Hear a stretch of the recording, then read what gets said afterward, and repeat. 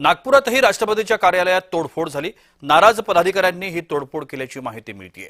Ticket न मिळाल्याच्या रागामध्ये कार्यालयामध्ये ही तोडफोड झाली।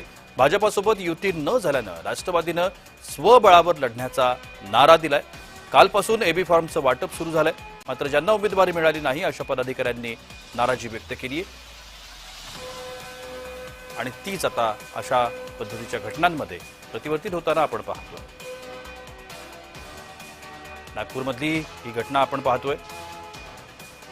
आपण या सगळ्या संदर्भात अधिक माहिती घेण्याचा प्रयत्न करूया। आमचे नागपूरचे प्रतिनिधी तेजस मोहतुरे आता माझ्यासोबत दूरध्वनीवरून संपर्कात आहेत। तेजस, एकूणच हा संपूर्ण प्रकार काय आहे?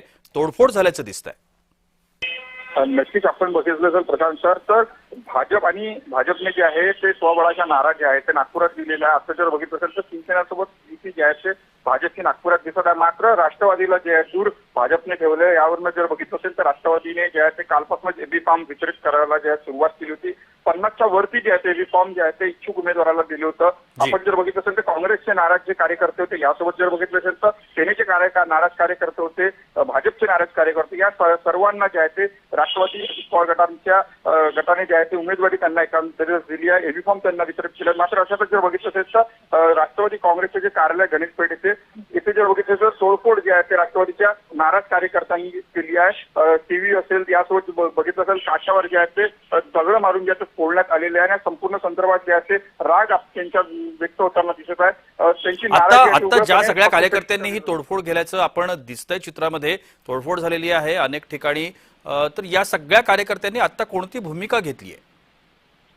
या संपूर्ण कार्यकर्त्यांची भूमिका ही आता अपक्ष लढण्याची संपूर्ण भूमिका आहे। नागपूर परिवर्तन नावाचं पॅनल जे आहे ते तिसरी आघाडी म्हणून नागपुरात उभी राहत आहे। त्याच्या संपर्क केल्याची माहिती आहे सध्याच्या घडीला समोर येत आहे, कारण की शरद पवार गटांसोबत संपर्क सुद्धा या संपूर्ण नाराज कार्यकर्त्यांच्या। त्यामुळे संपूर्ण तेजस, हे जर सगळे कार्यकर्ते तुम्ही आता म्हणताय की अपक्ष म्हणून उभे राहतील, त्याचा जो फटका आहे तो कुठल्या पक्षाला जास्त प्रमाणात बसू शकतो?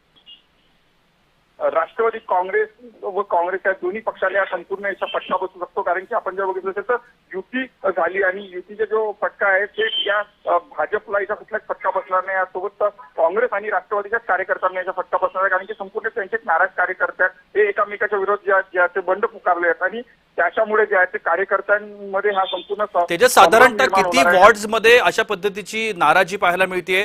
साधारणतः किती वॉर्ड्स मध्ये अशा पद्धतीची राडे पाहायला मिळत आहेत? नागपुरातली किमान 35 ते 40 वार्डामध्ये असे प्रमाणचे राडे सध्याच्या घडीला पाहायला मिळत आहे। भाजपमध्ये सुद्धा अशाच प्रकारची नाराजी आहे ते उकाडून बाहेर आली आहे। त्यासोबत जर बघितलं असेल तर 4 ते 5 भाजपचे दिग्गज नगरसेवक आहेत, नगरसेवक राहिले अशांनी सुद्धा आता काँग्रेसच्या हात धरलेला आहे।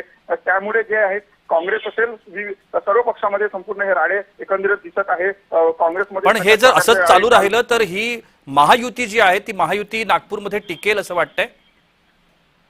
महायुतीमध्ये शिवसेना सध्या भाजपसोबत आहे, राष्ट्रवादी अजित पवार गट हे वेगळं लढत आहे। त्यामुळे महायुतीमध्ये सुद्धा नाराजी हे नाट्य घडामोडी नागपुरात दिसत आहे। महाविकास आघाडीमध्ये सुद्धा अशाच प्रकारचे नाराजी नाट्य दिसत आहे। युपीटी जे आहे, युपीटी सुद्धा सध्या नाराज आहे काँग्रेसवर, कारण की तिथे सुद्धा युती फिसकटली आहे। त्यामुळे किमान अर्धा तास बाकी आहे शेवटचा फॉर्म भरण्यासाठी। 3 वाजता संपूर्ण शेवटचा तास असणार आहे। त्यामुळे जर बघितलं असेल तर अजूनपर्यंत आहे झाली नाही, त्यामुळे संभ्रम निर्माण। तेजस, तुम्ही या संपूर्ण प्रकरणावरती लक्ष केंद्रित करून राहा। आपण या संदर्भातल्या ज्या अपडेट्स आहेत, कारण आता अगदी शेवटचा काही कालावधी, काही तास उरलेले आहेत सगळ्याच ठिकाणी संपूर्ण महाराष्ट्रामध्ये। जर आपण बघितलं महापालिका निवडणुकांकरता अर्ज भरण्याकरता शेवटचे तास उरलेत आणि आता त्यामुळे या अशा पद्धतीच्या घटना आहेत या पुढच्या काही तासांमध्ये जास्ती प्रमाणात वाढू शकतात असं देखील समोर येत आहे।